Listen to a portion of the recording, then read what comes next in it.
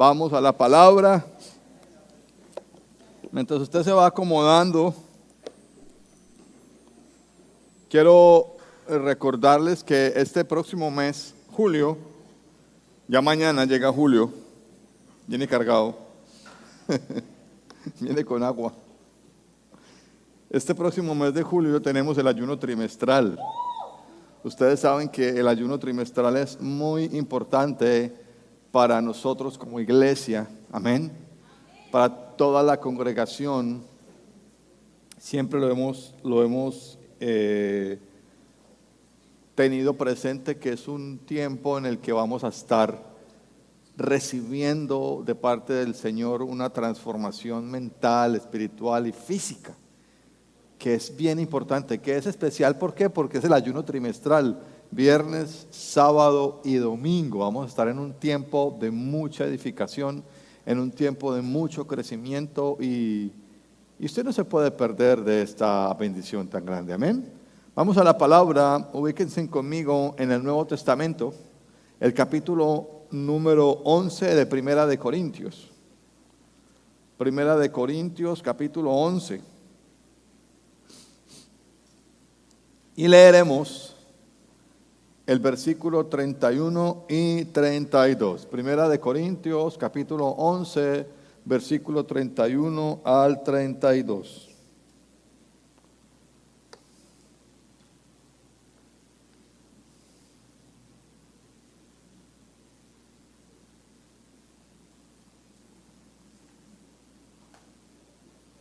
¿Ya lo encontraron? Bueno, entonces acompáñenme a la lectura. Dice: si nos examináramos a nosotros mismos, no se nos juzgaría. Pero si nos juzga el Señor, nos disciplina para que no seamos condenados con el mundo. Leámoslo por segunda vez, y esta vez usted le va a prestar mucha más atención a lo que está ahí escrito. Dice: si nos examináramos a nosotros mismos, no se nos juzgaría. Pero si nos juzga el Señor, nos disciplina para que no seamos condenados por el mundo. Vamos a Dios en oración. Padre, Señor, queremos darte las gracias, bendito Padre Celestial, por este tiempo tan especial que nos está regalando. Este día de mucha bendición queremos colocarlo en tus manos. Queremos, amado Padre Celestial, disponer toda nuestra vida, toda nuestra mente, todo nuestro corazón, con un solo propósito: que tú hables directo, Señor, a cada uno de nosotros, Señor. Permite, en el nombre de Jesús, que la presencia de tu Espíritu Santo ministre, Señor, a profundidad nuestro ser. Te lo pedimos en el poderoso nombre de Cristo Jesús. Y la iglesia con alegría dice: amén y amén. Para las personas que anotan la predicación, hoy el sermón se llama un examen de conciencia. Amén. Es importante que usted entienda que hoy es el último día de este primer semestre. Un primer semestre que fue pasado por agua, por vientos, por huracanes, por racionamientos, alzas. Bueno, ha sido un semestre muy divertido. Amén. Pero hoy estamos cerrando básicamente. No sé usted cómo lo hace, pero yo sí trato como de poder dejar atrás lo que tiene que quedarse atrás. Amén. Y vamos para adelante con lo que tiene que ir adelante. Es un consejo que Pablo nos dio hace muchos años. Yo trato de seguirlo al pie de la letra. Y hoy queremos hacer un examen de conciencia. Cuando usted analiza el texto, usted se encuentra que este versículo se encuentra ubicado dentro de la porción bíblica con la que trabajamos la cena del Señor. Amén. Eso quiere decir que es un texto muy importante y que está contenido dentro del recordatorio del sacrificio que el Señor Jesucristo hizo por nosotros. Amén, iglesia. Y esto hace parte de lo previo para tomar la cena del Señor. ¿Qué es lo previo para tomar la cena del Señor? Que usted se examine a sí mismo, que usted haga un examen de conciencia. Y el apóstol Pablo escribe, dice: si nos examináramos a nosotros mismos, no se nos juzgaría. ¿Qué nos está dando a entender? Que usted tiene que todos los días analizarse, probarse, investigarse de cómo está usted llevando su diario vivir en todas las áreas de la vida. Porque usted tal vez está pensando: ese pastor solamente me está hablando de lo espiritual. No, somos una iglesia cristiana integral, que vamos desde lo espiritual hasta lo material y lo físico. Amén. Entonces el apóstol Pablo nos dice que tenemos que tener esa capacidad de poder hacer un examen diario de conciencia. ¿Por qué? Porque cuando no los tenemos, entramos en juicio. ¿Y quién es el que nos juzga? Versículo 32. Pero si nos juzga el Señor, nos disciplina para que no seamos condenados con el mundo. Entonces, es Jesús el único que tiene, atención, el encargo de juzgarnos. Hay una cosa que nos pasa a todos, que todos nosotros no nos examinamos a nosotros mismos, pero sí examinamos a quienes, a los demás. Pues el Señor Jesucristo, como sabía la calidad de seres humanos que somos, dejó escrito un texto bíblico en los evangelios. ¿Saben cuál es ese texto? ¿Ustedes se acuerdan? No miren la paja del ojo de tu hermano, más bien presta atención ¿a qué? A la viga que tienes en tu propio ojo. Amén. Entonces, desde esa perspectiva del examen de conciencia, vamos a basar esta predicación para poder entenderla mejor. Amén. La gran mayoría de personas, me incluyo en la primera parte, nunca van al médico. Nunca. Lo hacen cuando ya no tienen nada que hacer. Una persona tenía un dolorcito acá abajito, detrás del pulmón, y el dolorcito, un año, 2 años, él pensaba que era por la silla de la oficina. Otros días decía: no, yo creo que es el colchón, tengo que cambiar de colchón. No, debe ser el problema de la silla donde veo televisión. Cuando se dio cuenta, un cáncer en algún órgano en la parte de atrás. Y el doctor le dice: no, tiene cáncer. Y él pregunta: ¿y ahora qué puedo hacer? Compre el ataúd, o sea, se va a morir ya. ¿Ya para qué? A los que tienen vehículos como carro o moto, normalmente uno nunca hace un mantenimiento preventivo permanente. Uno va al mecánico ya cuando el carro lo dejó tirado o varado en la carretera. No tiene uno como esa prevención de hacer un examen o una revisión de los vehículos. Y eso trasladado a la persona es lo que muchas veces nos está pasando. Amén. Nosotros pudimos haber vivido este primer semestre del 24 con algunas cosas.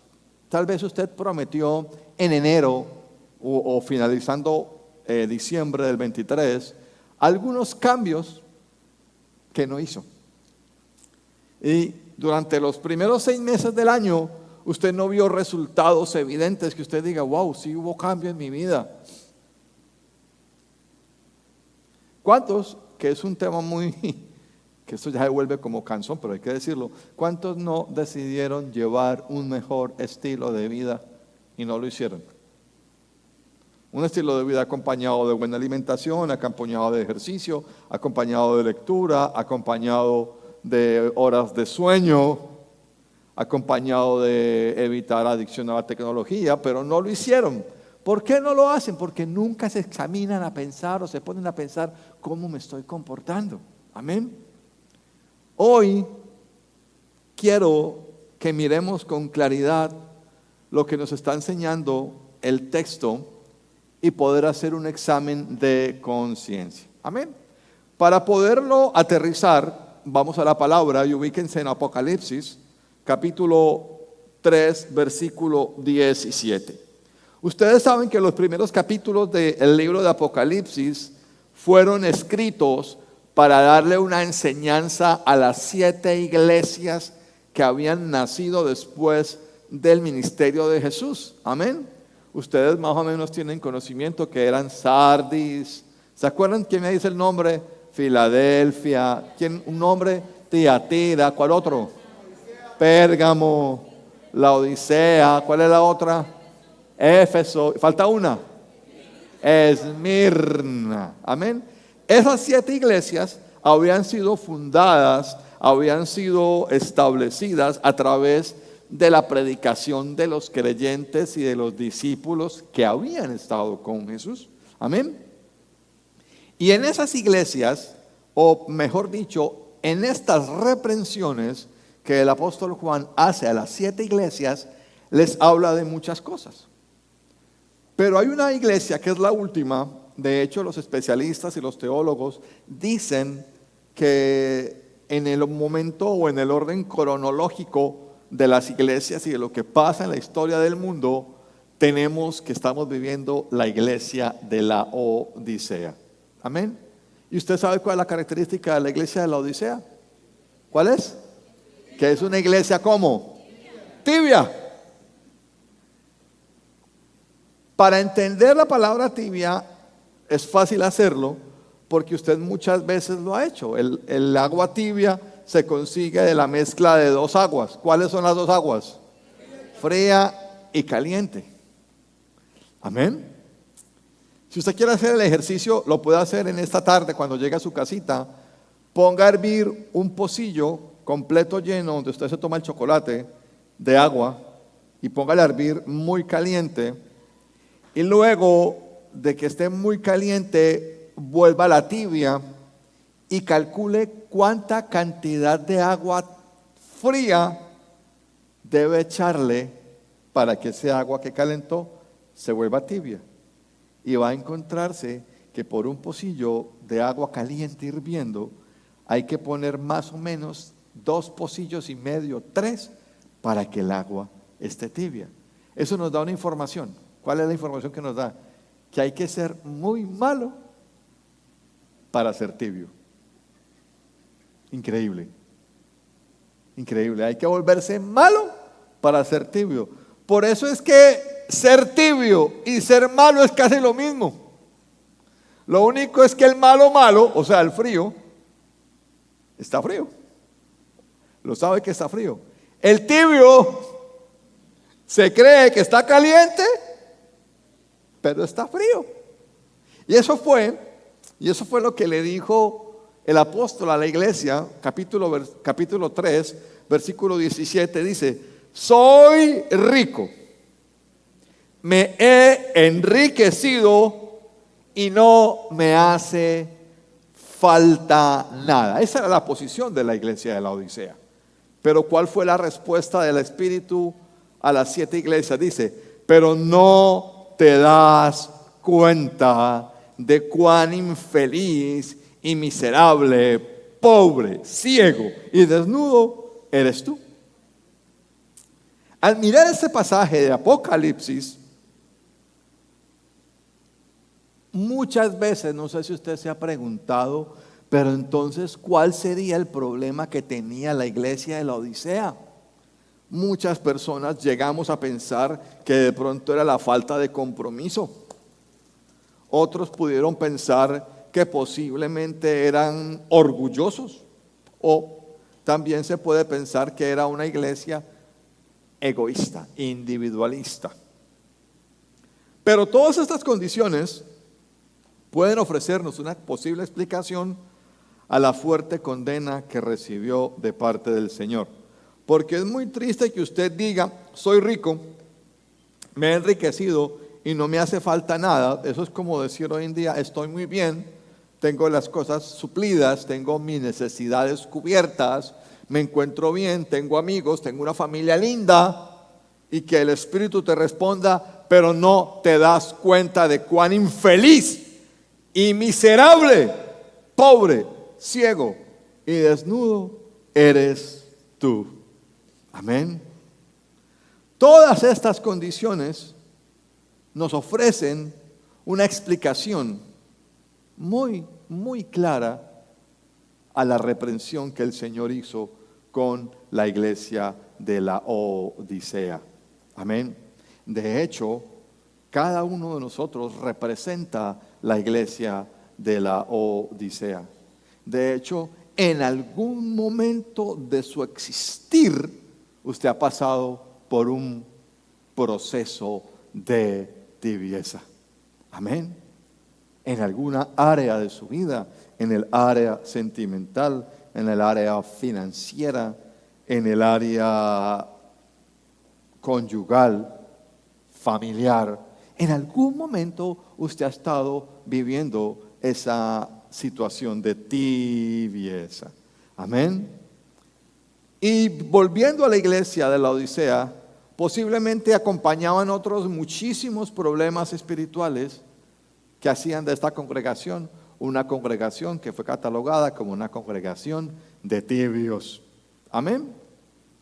Pero entiendan una cosa, que lo más grave del asunto es que ya sabemos qué fue lo que se les dijo, qué era lo que le faltaba, qué era lo que les decía, pero la clave está en la primera expresión del Espíritu a la iglesia de la Odisea, cuando le dijo, pero no te das cuenta. Amén. Dice así, pero no te das cuenta. ¿Y saben cuál es el problema de la iglesia de la Odisea? Que estando en pecado no se da cuenta que vive en pecado. Amén. Muchos de nosotros pensamos que muchas veces es falta de compromiso. Muchos de nosotros pensamos que muchas veces es el orgullo lo que no nos deja avanzar. Y muchos de nosotros pensamos que es el egoísmo lo que nos tiene atiborrado de pruebas y de situaciones difíciles, pero no es así. El problema de nosotros es que no nos damos cuenta de nuestro estado espiritual. Amén. Ese proceso o esa expresión no te das cuenta, básicamente la podemos refutar con una oración que hizo el rey David, que está en el Salmo 139, versículo 23. Por favor, anótenlo. Salmo 139, versículo 23. Este salmo nos dice: examíname, oh Dios, y sondea mi corazón.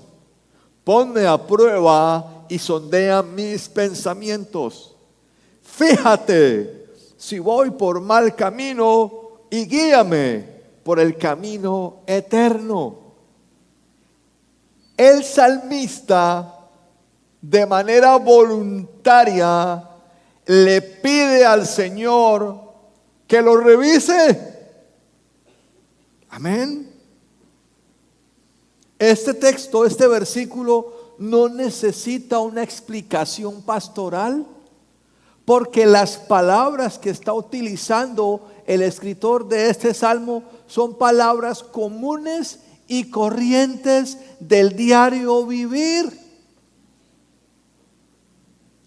¿Qué explicación tiene que usted le digan examínese? Ninguno. ¿Qué explicación tiene que usted le digan sondee? Ninguno. Ponme a prueba. Ninguno. Sondea mis pensamientos. Ninguno. ¿Qué explicación necesita esta frase final? Fíjate si voy por mal camino. Ninguno. Amén. Y guíame por el camino eterno. El problema de las personas de la iglesia es que no nos damos cuenta que estamos mal. Amén. Y vivimos un cristianismo adormecido y caminamos por una ruta de la normalidad porque tenemos una vida que está anestesiada frente a las cosas de Dios. Amén. Si analizamos este primer semestre del 2024, usted va a encontrar que durante cada semana y en cada mes que transcurre, solo hemos recibido malas noticias. Para algunos, la única buena noticia de finalizando este junio fue el 3-0 del partido del sábado o viernes, de la Selección Colombia. ¿Sí? Porque si usted se pone a analizar, todo el primer semestre estuvo acompañado de un sinnúmero de noticias. Esta semana cerramos con noticias terribles para nosotros como creyentes, como iglesia, para familias también. Lo que pasa es que no nos damos cuenta. No nos damos cuenta. No nos damos cuenta qué pasa por nuestras mentes. No nos damos cuenta por qué siempre reaccionamos de la misma manera cuando nos enfrentamos a alguna situación. Amada iglesia, entienda una cosa muy importante, y el problema radica en que el no darse cuenta no puede ser una disculpa en el momento en que te llamen a cuentas.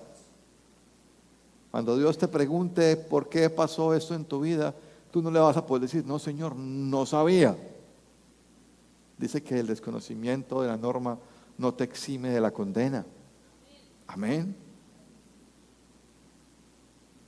Porque la misma palabra nos enseña que tenemos a los profetas, tenemos a los apóstoles, tuvimos a los evangelistas, tenemos la palabra misma que está escrita, y fuera de eso, el que más nos condena es que tenemos al Espíritu Santo que nos guía. Amén, iglesia. Y hablando con sinceridad, muchos son los elementos que pueden condicionar nuestro crecimiento espiritual. Pero el verdadero obstáculo lo podemos encontrar en esa incapacidad de reconocer lo que nos pasa. Amén. Les voy a poner un ejemplo que pues solamente lo van a entender los casados y van a aprender los solteros para sus futuras ocasiones que Dios les permita. Hay matrimonios que llevan la vida básicamente con el impulso con el que empezaron y no han vuelto a alimentar y no han vuelto a avivar ese fuego, sino que va ahí. Es un impulso que los lleva y ellos dicen, no estamos ni bien ni mal, pero estamos. ¿Qué pasa con ese matrimonio? No se ha sentado a analizar qué es lo que está pasando. Ese matrimonio tiene los días contados. Amén. ¿Cómo puede usted tratar una enfermedad si no sabe que la tiene? Miren, la semana pasada encontramos un nido de comején en uno de los cajones de nuestra biblioteca.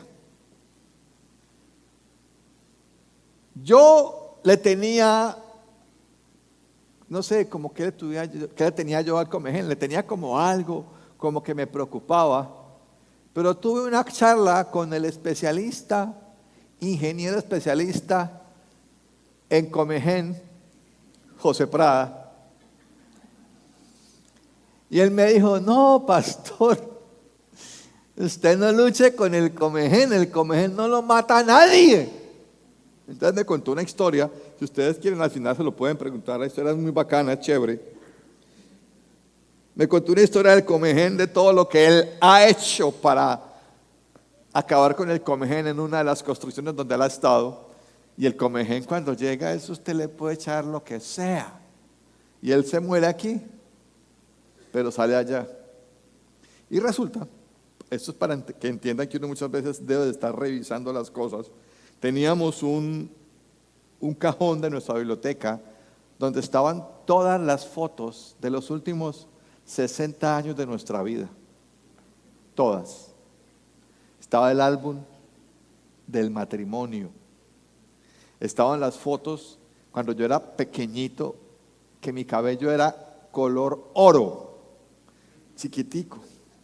Estaban todas las fotos cuando ella se fue a vivir a los Estados Unidos, cuando estuvo viviendo en Canadá. No, son fotos, las fotos de nosotros, en las fotos específicamente del noviazgo, todas en la parte de atrás tienen una explicación.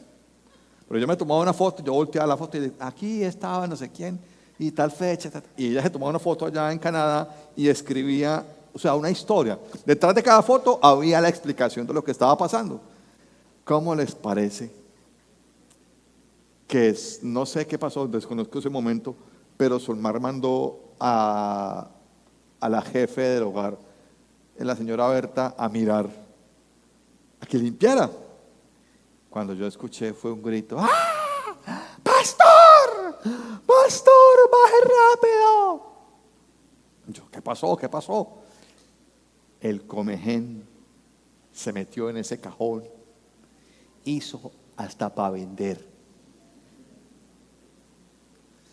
Solmar, en su inexperiencia, había escuchado del comején, había visto el caminito de comején, pero nunca había visto las larvas del comején. Y ese cajón estaba. La enseñanza, ¿cuál fue? Uno no puede dejar cajones sin revisar. ¿Sí? ¿Por qué? Porque si ella o nosotros, o incluso todos, hubiéramos visto un caminito de comején, pues uno actúa. Y muchas veces, escuchen bien, muchas veces nuestras vidas son como esa biblioteca que nadie revisa, que nadie pone atención, que puede estar pasando.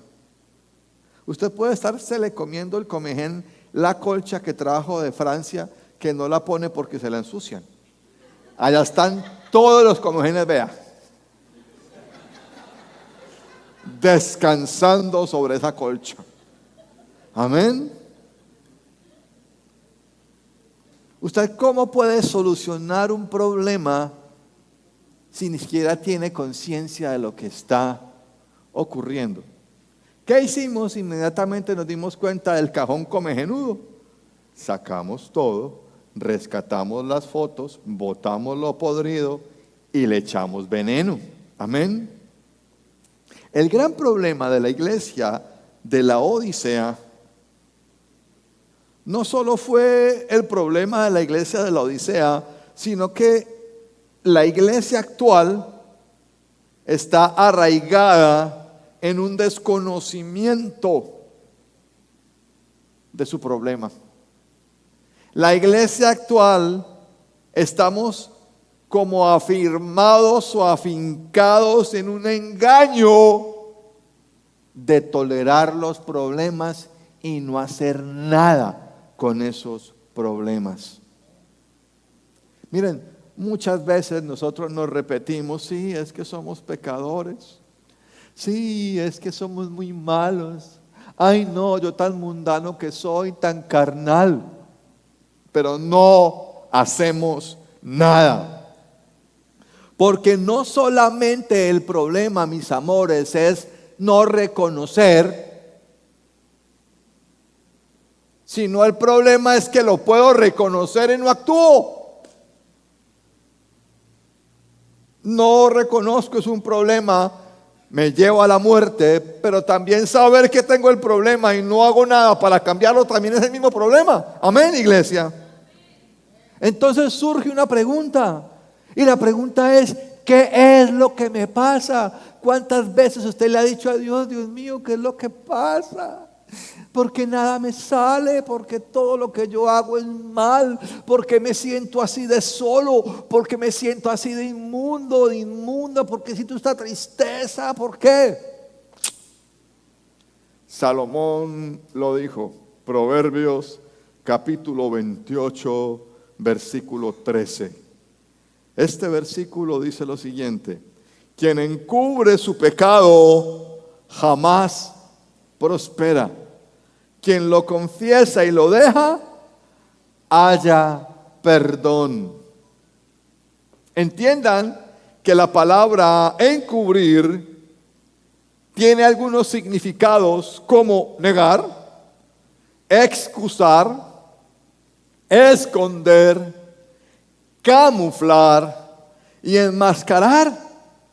Vivimos en una época en la que es mejor tapar lo que se tiene que aceptarlo. En estos días, no recuerdo si fue Manuela o si fue Isabel, que me preguntó que por qué algunos hombres, siendo calvos, se dejaban crecer un pelo acá largo y se lo echaban así encima. ¿Cierto? Ella me preguntaba: papi, ¿por qué no se mochan todo eso? Yo le dije: seguramente quieren tapar el calvo. No se nos está tapando nada. No se nos está tapando nada. Y les decía yo ahorita, vivimos en una época donde usted tapa todo. Entonces los hombres calvos tapan con su pelo el coso ese. Las mujeres que no les gusta el pelo crespo, ¿qué hacen? Se hacen su queratina. Pero en la parte de acá nunca hay queratina. Y usted sabe que no es lacia natural. Las viejas que montaron la empresa de poner pestañas son iguales de platudas que los que se inventaron los celulares. Porque todas las mujeres se ponen pestañas. Carlos Castro y César Torres, no los quiero ver con pestañas nunca. Usted tal vez no sabe eso, porque tal vez usted no tiene tanto contacto. Yo tengo 3 mujeres en casa, 4 con Berta, 5 con Beauty la perra y 6 con la gata. O sea, experto en feminidad, experto. Y yo me pongo a analizar las conversaciones de ellas y las conversaciones para dónde es que se va la plata. La plata se va para el embellecimiento de las mujeres. Amén. Yo no estoy en desacuerdo con el embellecimiento de la mujer. De hecho, tengo una esposa muy linda y unas hijas lindas. Amén. Yo estoy en desacuerdo en enmascararse. Cuando usted ya las va a ver y usted dice: ¡ay!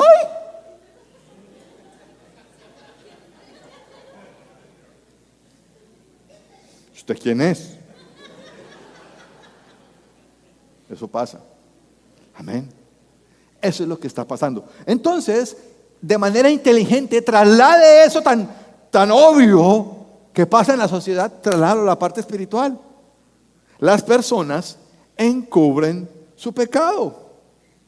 Tal vez encubren su pecado porque se avergüenzan. O tal vez encubren su pecado porque a través de ese pecado obtienen alguna ganancia. O quizás no una ganancia, una satisfacción, pero momentánea. Amén. Y el texto es muy claro. Dice: cuando se encubre, no se prospera. Cuando se encubre, no se prospera. Cualquiera que sea el accionar en su vida. Amén, iglesia. Tanto así que cuando nosotros hablamos de relaciones interpersonales, muchas personas se llevan sorpresas al darse cuenta de la realidad que se ocultaba. En estos días, un mes posiblemente, yo escuchaba que Solmar se reía y se reía y se reía. Yo: ay, Jesús. Yo pensé, el Espíritu Santo de la alegría se le metió, pero ya después no, ya se siguió riendo. Yo: no, ya esto no es Espíritu Santo, esto tiene que ver con la cannabis. Y se reía y se reía y se reía. Yo no aguanté el chisme y yo fui: oiga, ¿qué es lo que está pasando? Solmar es que ¡ah! Y yo: ¿qué pasa? Entonces me mostró un reel en Instagram que uno cuando sale con una chica, la primera cita que uno tiene que hacer con la chica es llevarla a una piscina. Porque si la chica no se mete a la piscina, es porque el agua lo revela todo. ¿Vale? Le activo otra vez la risa esa. Entonces, muchas veces nos llevamos sorpresas. Amada iglesia, muchas veces nos encontramos con situaciones que uno dice, wow, esto estaba acá. Tanto hombres como mujeres. Amén.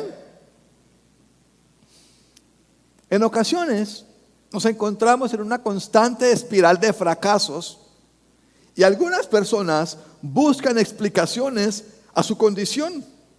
Entonces la gente se ve fracasada, se ve metida en situaciones incómodas, entonces cambian de ciudad. No, eso tiene que ser la ciudad. No, eso es que tiene que ser es que esta casa tiene una energía negativa.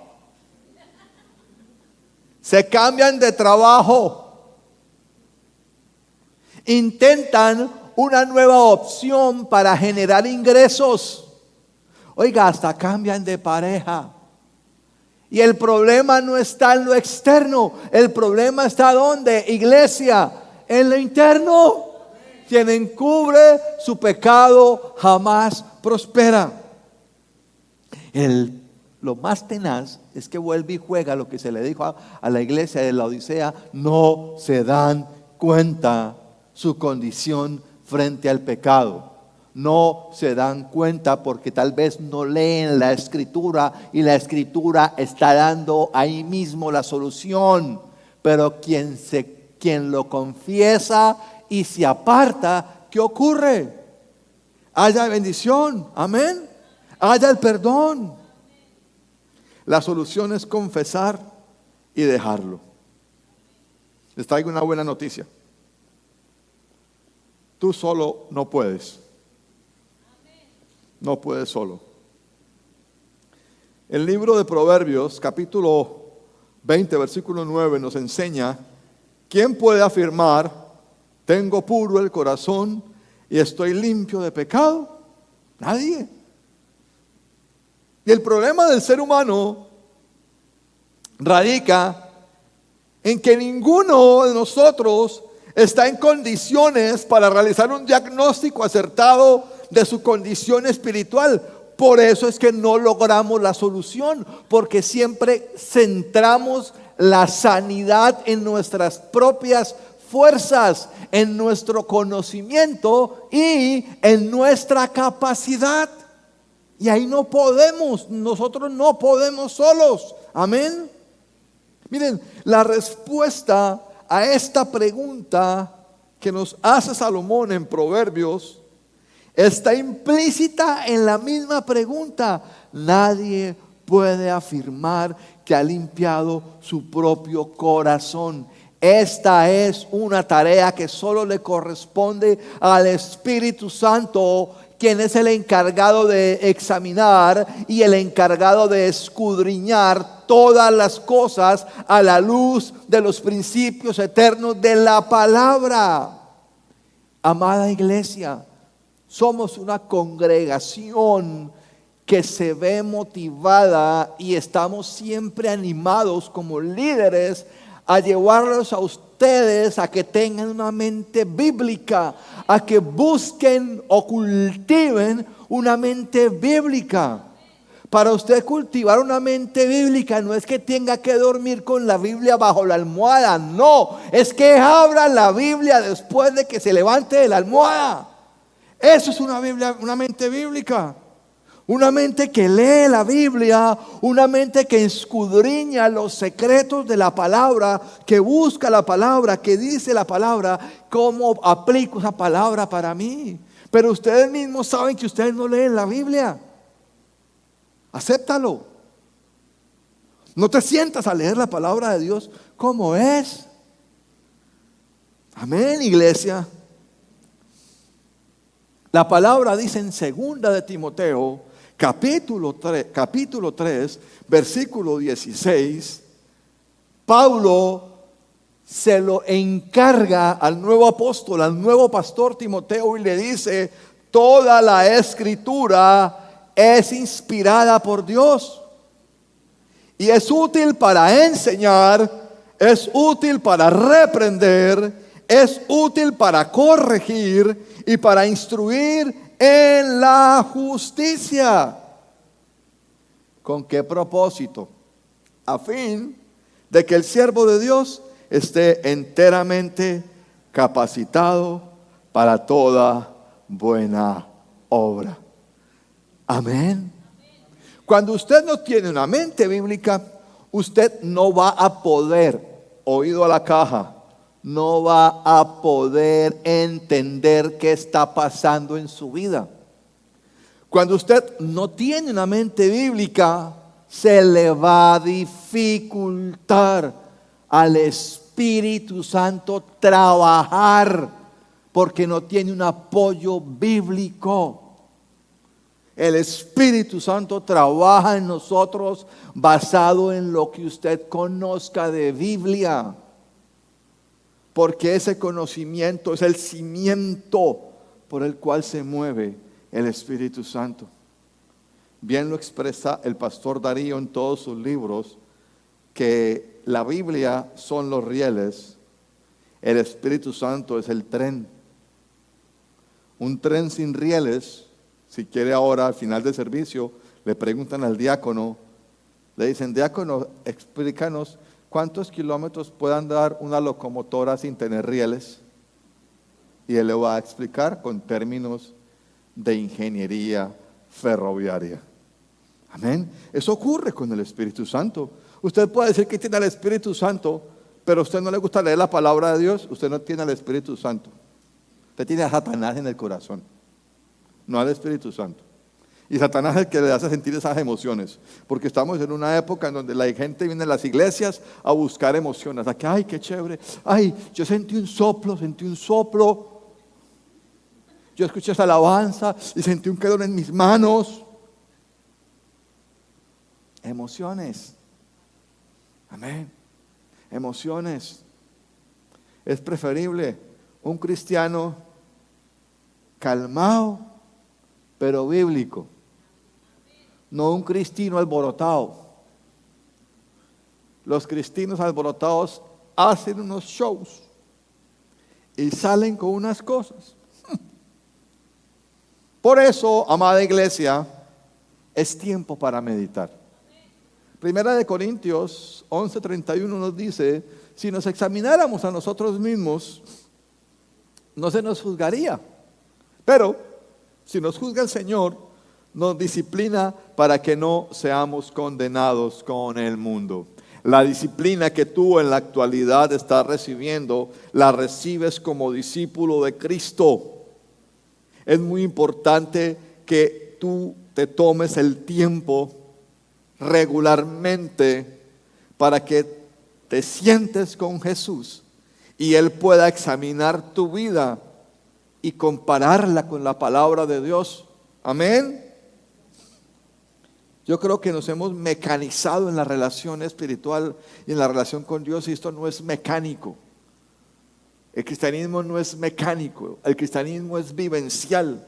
En el cristianismo no hay fórmulas del éxito. En el cristianismo simplemente la única fórmula es la Escritura.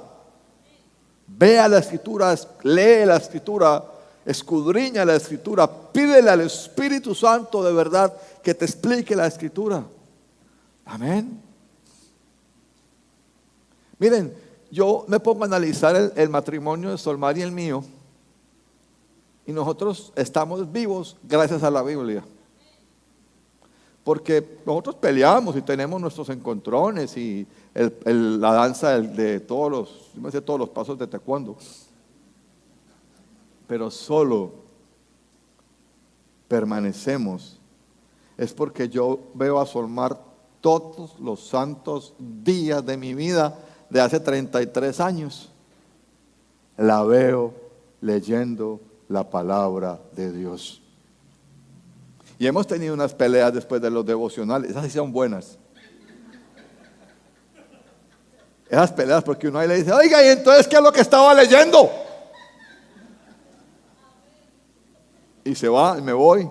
Y al rato volvemos alguno de los dos y no, Dios me habló. Gracias a Dios. Amén, gracias a Dios. Usted se mantiene firme, es por Dios y la palabra, iglesia. No es por otra cosa. Amén. El veredicto de mi condición viene de Dios, siempre y cuando tengamos una excelente relación con Él. Amén. Siempre y cuando sea Dios quien mande en nuestra vida. También es necesario que usted venga ante su presencia y se despoje de todo preconcepto, para que usted pueda hacer silencio y permitir que Él le diga qué es lo que discierne en su vida. Amén. Tenemos que estar dispuestos de todo corazón para callar y para esperar, para que nos sorprenda con lo que Él nos revela. Iglesia, hagan un uso diario de las herramientas que Dios nos ha dado. Como bien los llamó el autor inglés C.S. Lewis, los medios de la gracia. La oración, el ayuno, la meditación de la palabra, el congregarse, el pasar tiempo hablando con Dios. Esos son los medios de la gracia y Dios los usa. Amén. Amén. Ahí donde está, cierra usted la puerta, cierra usted sus ojos y abra la puerta de su corazón. Padre, queremos darte las gracias, bendito Dios. Te pedimos perdón, amado Jesús, porque la verdad, solo hacemos un examen de conciencia el 31 de diciembre. Y eso. Pero necesitamos, amado Dios, reconocer en profundidad lo que tenemos. Necesitamos, amado Dios, saber, bendito Padre Celestial, lo que necesitamos cambiar, mejorar, erradicar de nuestra vida, que es lo que nos está llevando a una destrucción permanente. Te pedimos en el poderoso nombre de Cristo Jesús, amado Padre, que seas perdonando nuestros pecados y ayudándonos para poder hacer las cosas conforme a tu voluntad. Ya segundo semestre tuvo que haber terminado. Podamos hacer una reflexión profunda el día de hoy y poder empezar un nuevo segundo semestre con el compromiso, amado Dios, de estar más atento a lo que ocurre a nuestro alrededor. En el nombre de Jesús. Amén y amén.